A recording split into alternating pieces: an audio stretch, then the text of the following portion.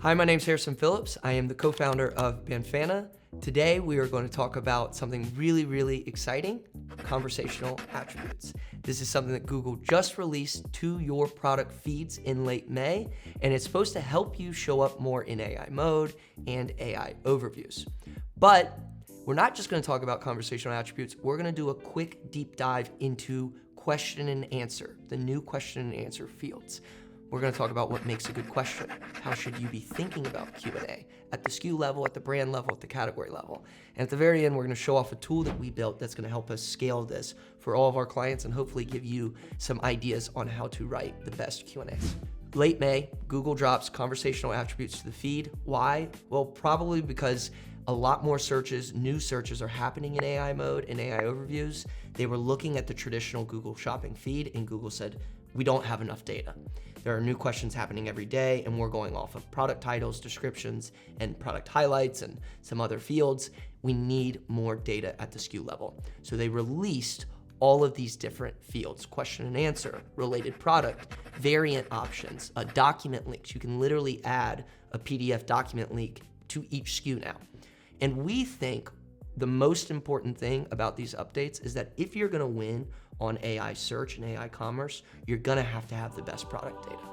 So that's why we think this is so important, and we're deep diving into what we think is the most important field within conversational attributes, which is question and answer. And when we were thinking about it, we were like, well, we don't wanna just add FAQs to the feed and say, hey, we're done with it. We really wanted to think deeper about what are the best questions to ask, right? And how can you think about it as a brand that's gonna give your feed an edge over your competition?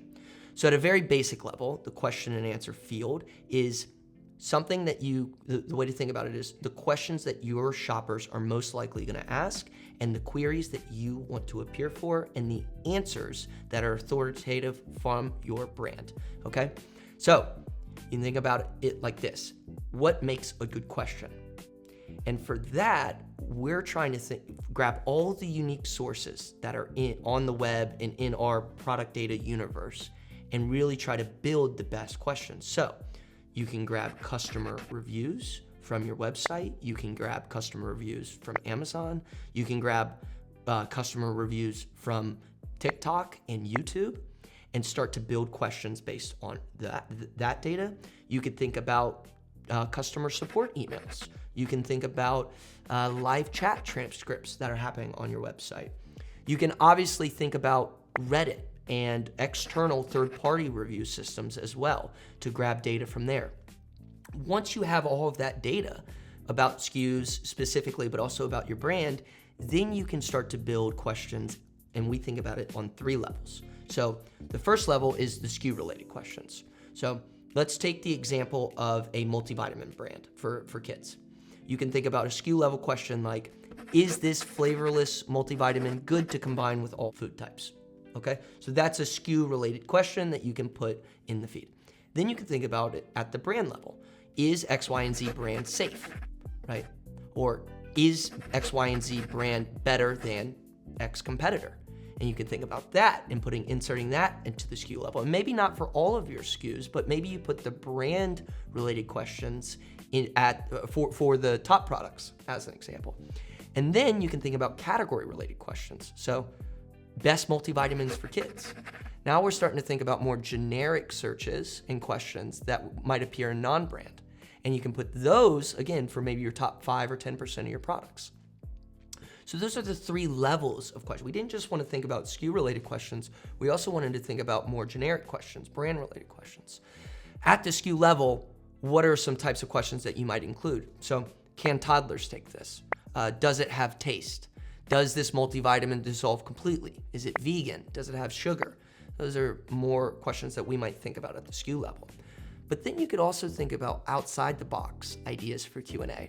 So maybe it's holiday related or a gifting related question and answer. So think best multivitamin for growing kids, best multivitamin for 3 to 5 year olds, best multivitamin for a family of 5, right? So you could think about more generic questions. You could think about best Black Friday gifts or best gifting ideas for him or for her. It's getting outside of the example, but also you could think about those types of questions that you can add to the feed.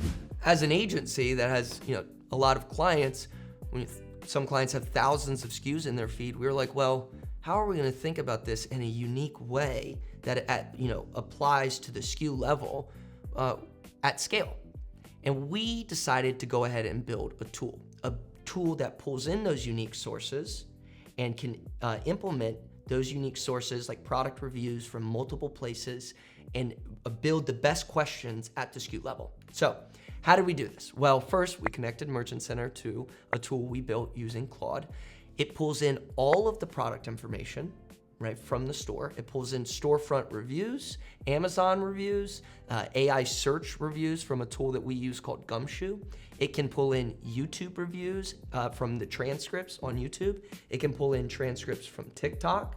And so now you're getting all of this really rich data that's talking about your products at the SKU level that can start to build questions for you and answer them automatically. So then the tool generates unique Q&As for each SKU that can be pulled from unique sources. And at the very end, it can give you an exportable file that you send to a client, or you can send to someone on your team to review. They can review it, update the feed, and then you can re-import it into the tool, and then it adds the feed as a supplemental feed in your Google Merchant Center. Really quickly, just to show you what this looks like in a screenshot, you can select each product that you want to build a Q&A for. It's going to show you how much it costs to generate Q&As for those selected products, and then it's going to give you 5 to 10 Q&As and show you the source that those Q&As were pulled from. So was it pulled from your product reviews on your website? Was it pulled from Amazon customer reviews? Again, YouTube, TikTok videos, all of these things. You can add to them. You can ask the tool to suggest more. But in the end, what you get is relevant Q&As at the SKU level for all of your products generated in minutes. And that's really, really important. So back to the top, why are we so excited about conversational attributes? Well, for the first time in our feeds, we can build at the SKU level question and answers, product links that are designed to help our products show up in AI search.